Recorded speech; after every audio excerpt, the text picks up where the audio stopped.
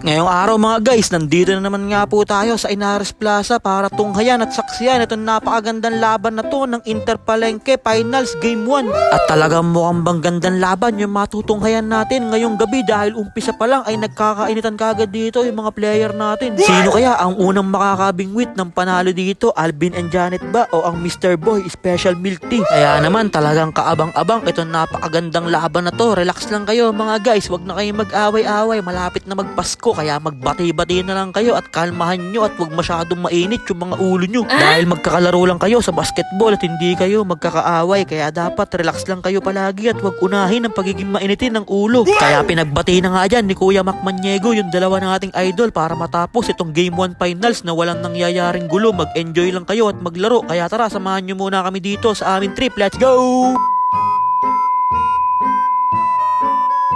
Kaya wag mo nang patagalin niya rep, ihagis mo na sa dalawang giant yung bula at tinagis na nga yung bula na kay Agulto dito binigay sa akampi niya, tinira ng 3, mintis lang siya, nakuha ni Ben Carlo Barbio nagmamadali, tumira, mintis lang siya. Pero nakuha naman niya ni Agulto sa kabila at easy basket yun para kay Agulto, iba talaga paglaking cherry pear. Na kay Agulto na naman dito umikot, nagmamadali at nilamon lang niya yung depensa dito ni Ben Barbio. At bigla nang ang pinasok dyan si Baby Baste Rondina, ang birthday boy nitong Alvin and Janet. At mukhang papas break na dito ang Alvin and Janet na kay Ben Barbio binigay kay Jayban San Pedro, easy layup yan para kay Jayban San Pedro na magbubuko. Ano kayang isasagot dito ng Mr. Boy Special Milk Tea? Na kay Jamal na dito ang bola, naghahanap ng mapapasahan, binigay na ulit kay Jamal. Jamal, pinasa na sa ring, ilista mo na yan by Lieutenant Jamal. Talagang masisira yung net sa mga tira ni Lieutenant Jamal. At mukhang magpapatawa na dito si Baby Baste Rondina at nilayapan niya harap-harapan si Agulto. Tila ka talaga nagpapatawa nun, Baby Baste Rondina. Anong akala mo sa height ni Agulto? 5'1". Kaya na kay Lance Ano rin ang bola pumekay, ang gandang pasa naman nun para kay John Roy, ilista mo na by John Roy Santos. At paubos na ang oras, nakaagaw pa dyan si Agulto at nakakuha pa ng foul, sabay foul basket, grabe naman yun. At hindi naman makapaniwala dyan si Jayban San Pedro, magbubuko na ang hatol ng referee ay foul basket dahil sabi niya sa baba pa lang pinaul ko na paano naging foul basket yung ref. Kaya patuloy pa din dyan sa pagrereklamo si Ben Barbio saka si Jordan Michael nitong Alvin and Janet dahil hindi nga sila makapaniwala sa hatol na yun ng ating referee. At ayaw pa din tumigil dyan nung tatlo, kakaangal. Ano kaya, pauwiin na kaya natin sila? Kaya nagpakawala na dyan ng isang quality na 3 points itong Ginoo ng Barangay Lunsad, Renz Dizon. Grabe naman yun. At ang hari ng Panalay, ang gandang ikot naman nun sabay kinaliwa. Grabe naman tong hari ng Panalay. Talagang nakaplex ang muscle habang tumatakbo. Kaya back to the ball game na nga tayo at pumasok na nga din ang beshi ko na si Adrian Bono. Ayun, mukhang magpapakawala kagad ng 5 3 points.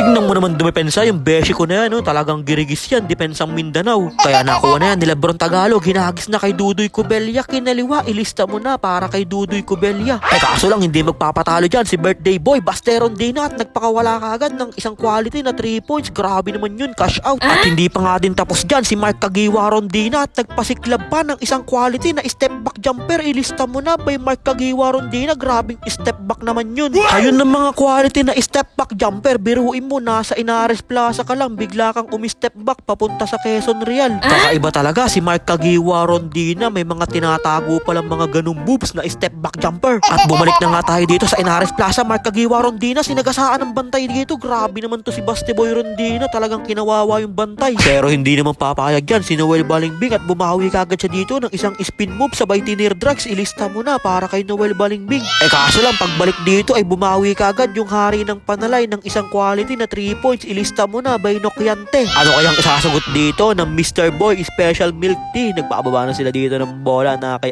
Idol, tumira ng 3, mintis lang siya pero nakuha ni Agulto yan at tinir drugs, ilista mo na para kay Agulto. San Pedro dito nagmamadali na agawan, binigay na kay Agulto dito ang bola, open na open, easy layup yan para kay Miguel Agulto. Kaya napatawag muna ng timeout dyan ng Alvin and Janet. 3 seconds na nga lang din po pala yung natitira sa ating oras bago matapos itong first quarter kaya wag na natin patagalin to. At hari ng Panalay dito hinagis na sa half court, ilista mo na. Grabe naman yun, buzzer beater. Kaya tuwan-tuwa dito ang mga player nitong Alvin and Janet dahil sa napakagandang buzzer beater na yon ng hari ng Panalay na si Nokyante. Kaya back to the ball game na ulit tayo dito mga guys. Na kay Baste Boy Rondina na dito ang bola, naghahanap ng mapapasaan, gandang pasa naman nun kay Kuya JR Baring at grabing dukot naman yun. At hindi pa nga din tapos dito ang hari ng Panalay at nagpakawala pa ng isang quality na 3 points. Mukhang naghahapit sa award ang hari ng Panalay dito sa Interpalengke. Kaso lang nabawian kagad siya dito ni Kuya Mike ng isang quality na 3 points, ilista mo na by Kuya Mike.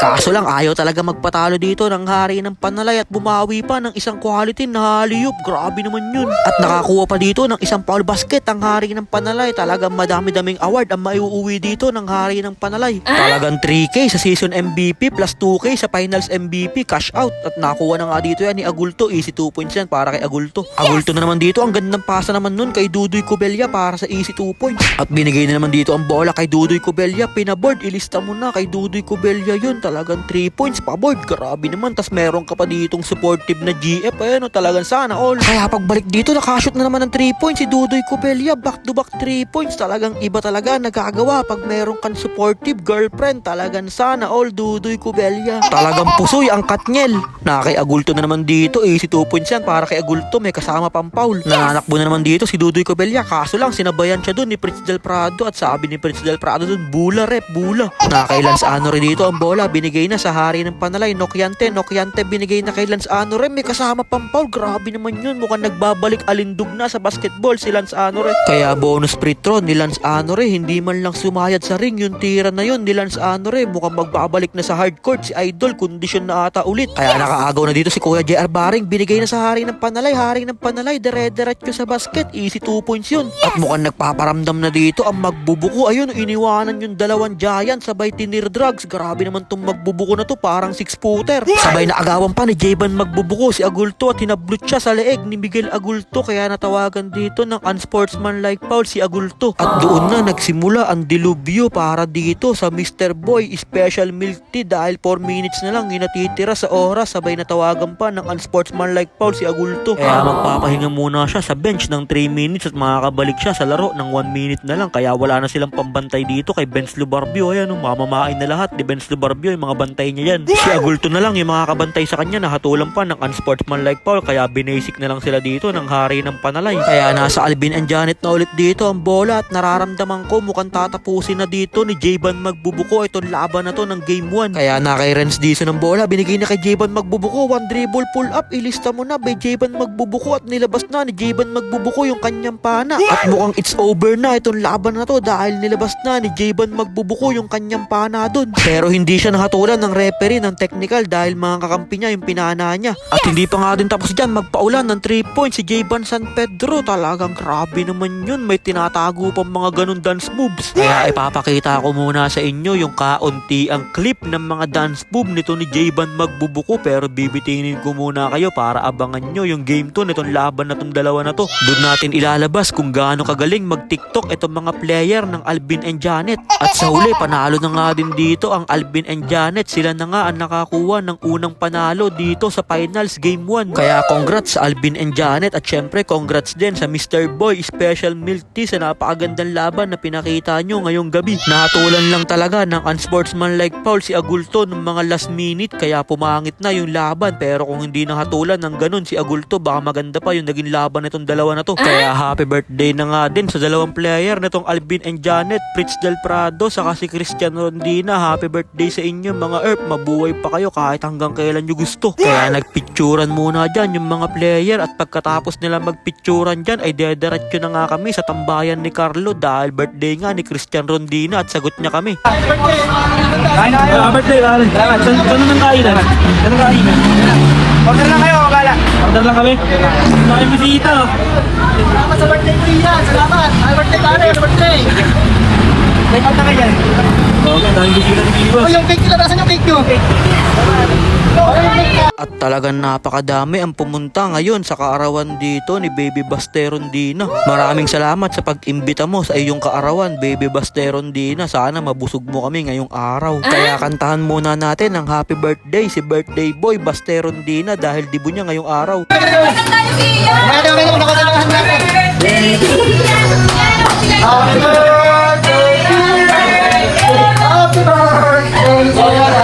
Maraming sa birthday.